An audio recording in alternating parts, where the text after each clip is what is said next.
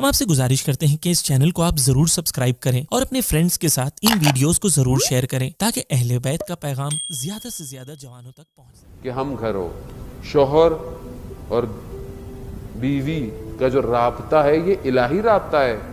ہم اس کو شروع کیسے کرتے ہیں؟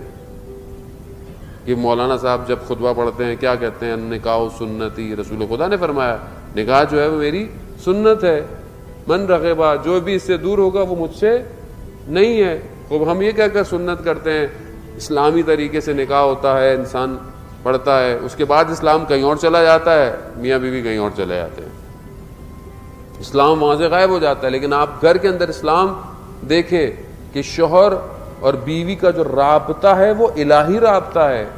اگر ایک وائف گھر کے اندر خدا کی خاطر کھڑے ہو کر کوئی بھی کام کرتی ہے لیکن خدا کی خاطر کر رہی ہے، حدیث ہے اس کا ہر کام عبادت میں شمار ہوتا ہے، ہر کام عبادت میں شمار ہوتا ہے، عبادت ہے۔ ایسا نہیں ہے کہ کسی کے اوپر آسان ہے، خدا کی خاطر ہے۔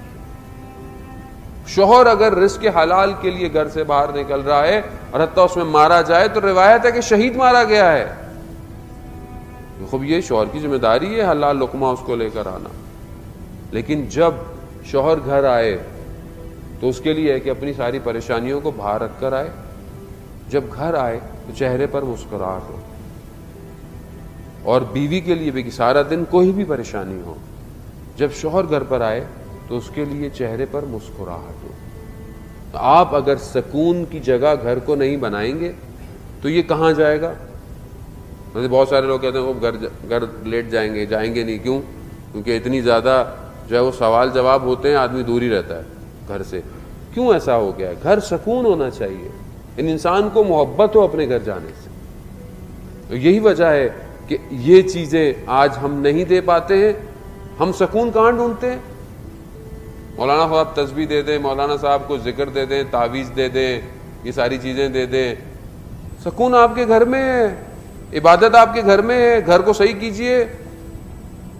آپ کا گھر اگر صحیح ہوگا، آپ کے گھر میں قرآن کی تلاوت ہوگی، حدیث ہے کہ جس گھر میں قرآن کی تلاوت ہوتی ہے وہ گھر ملائکہ کے لیے ویسے چمکتا ہے جیسے ہمارے لیے آسمان میں تارے چمکتے ہیں۔ آپ اپنے گھر کو صحیح کریں، آپ کا گھر صحیح ہو جائے سب صحیح ہو جائے گا۔ آپ اس طرف توجہ دیں عزیزان محترم۔ ہم صرف اگر مجلسوں میں بات سن کر چلے جائیں اور پریکٹیکلی امپلیمنٹ نہیں کریں تو فائدہ نہیں ہے۔ آپ اپنی زندگی میں لسٹ بنائیں، کہاں غلطیاں ہیں ان کو صحیح کریں، خدا کی طرف متوجہ ہوں۔ خدا کم رنگ ہو گیا ہے،